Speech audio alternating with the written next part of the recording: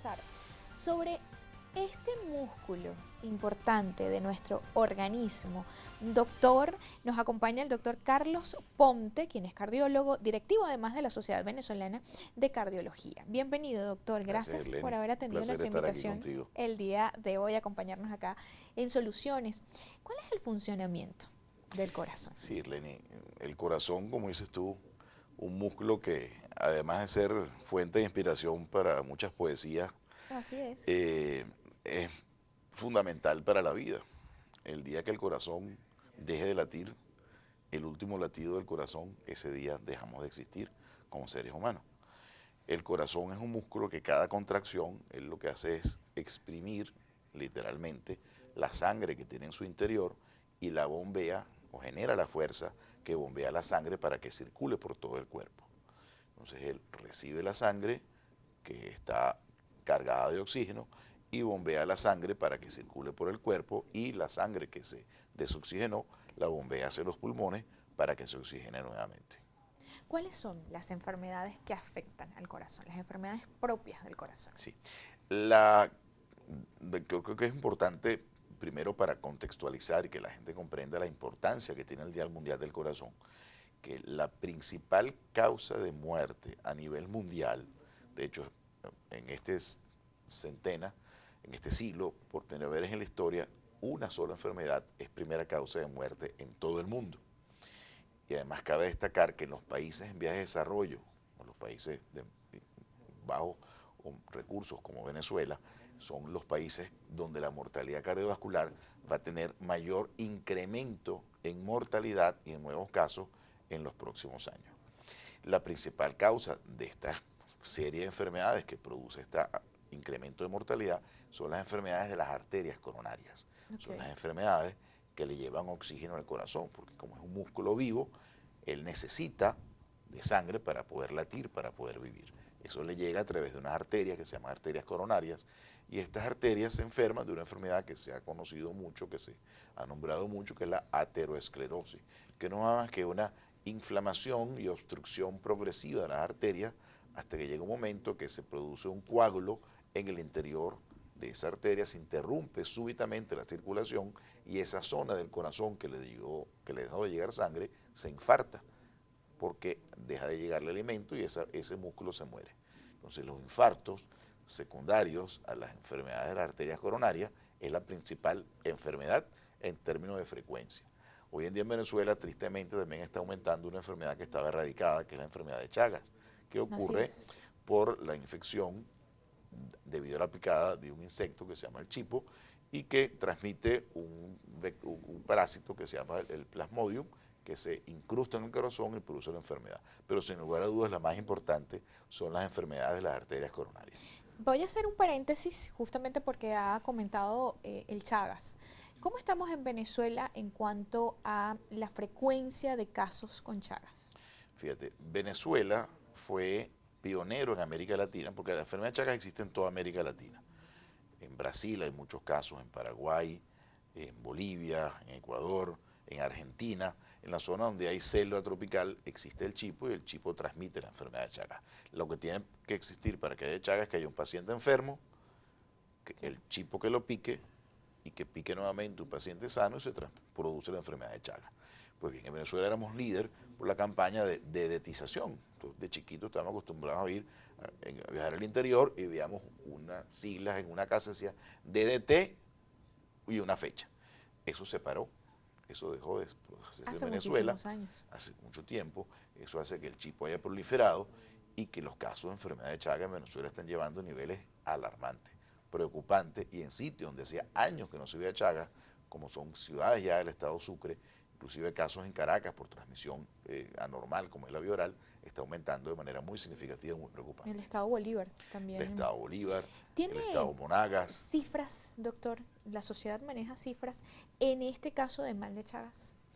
Pero la Sociedad Venezolana de Infectología ha presentado, y la Sociedad Venezolana de Epidemiología, en vista de la ausencia de cifras del Ministerio del Poder Popular para la Salud, ha hecho una proyección del aumento de la progresión de la enfermedad de Chagas y cerca de 300% el aumento de la incidencia de nuevos casos de Chagas en Venezuela.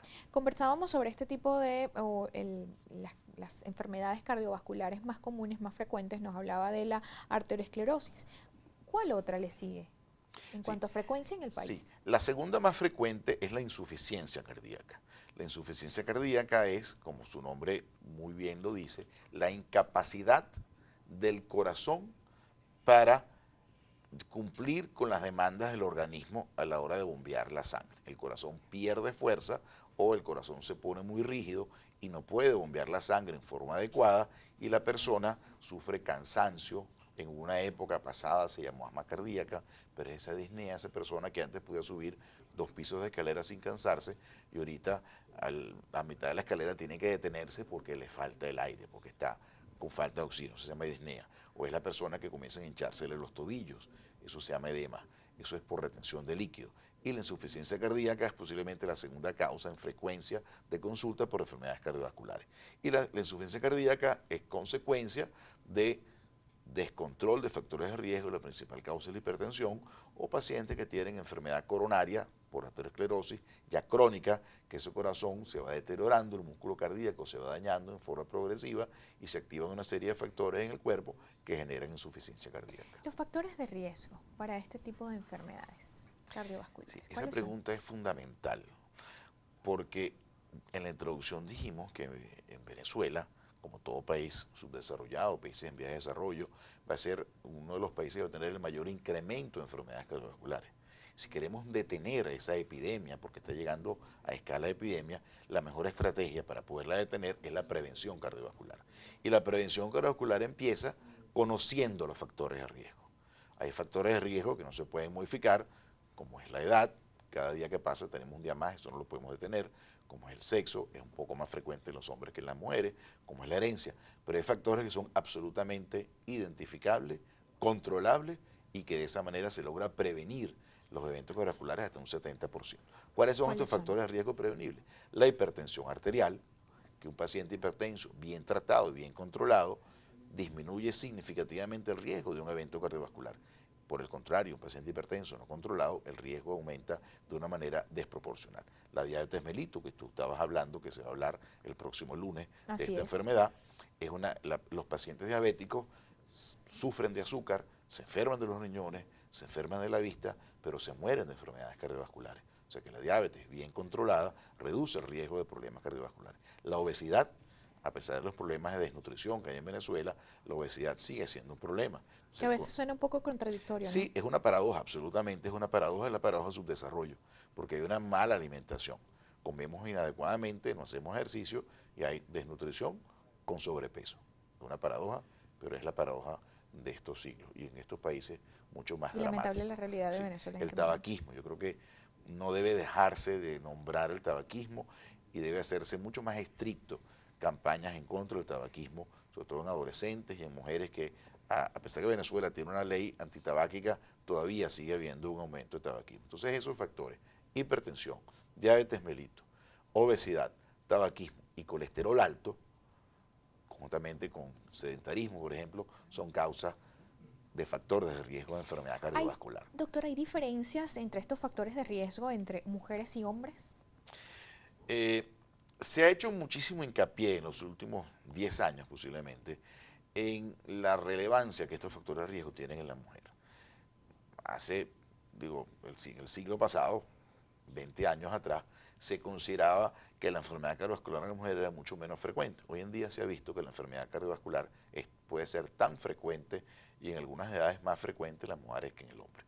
Realmente una diferencia significativa comienza, es sobre todo antes de la menopausia, en la edad fértil.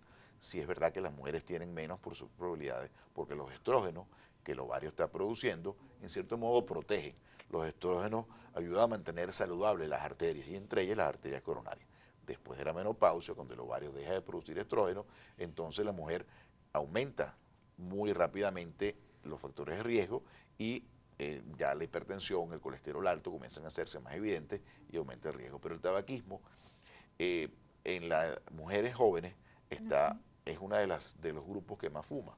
Y entonces el tabaquismo pone a las mujeres en un riesgo significativo, aún estando siendo protegidas por los estrógenos. ¿Es un mito, doctor, que en los jóvenes hay menos riesgo de que sufran un infarto o que aguanten más un infarto aguanten menos, perdón, que en personas mayores de 50 años, adultos mayores? Sí, definitivamente, y eso las estadísticas así lo demuestran, los infartos, que es esa obstrucción aguda de la arteria coronaria por arteriosclerosis que habíamos hablado al principio, son más frecuentes ya por encima de los 40, 45 años. No estamos hablando, esto no es una enfermedad de personas adultos mayores, una enfermedad de gente en edad productiva, donde la gente está todavía con capacidad de trabajar, de producir, de generar ideas y proyectos. Esa es la edad. Sí se ha visto que esa edad ha ido bajando. Ya estamos viendo infartos en personas de 35 años. Y se piensa, los análisis, que parte de eso es la obesidad, el sedentarismo y el tabaquismo.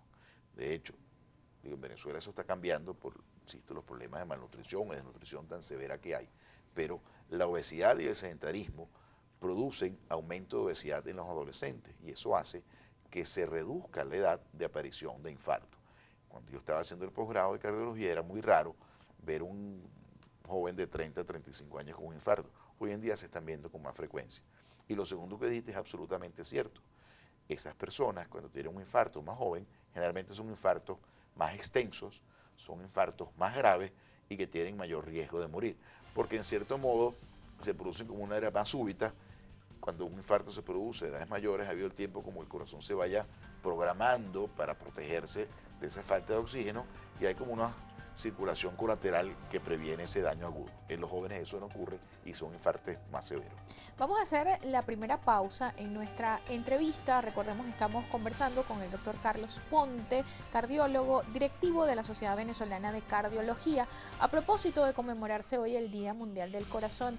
Y justamente queremos concienciar a la población venezolana, sobre todo, sobre estos riesgos para prevenir enfermedades cardiovasculares. Recuerden también que pueden estar conectados con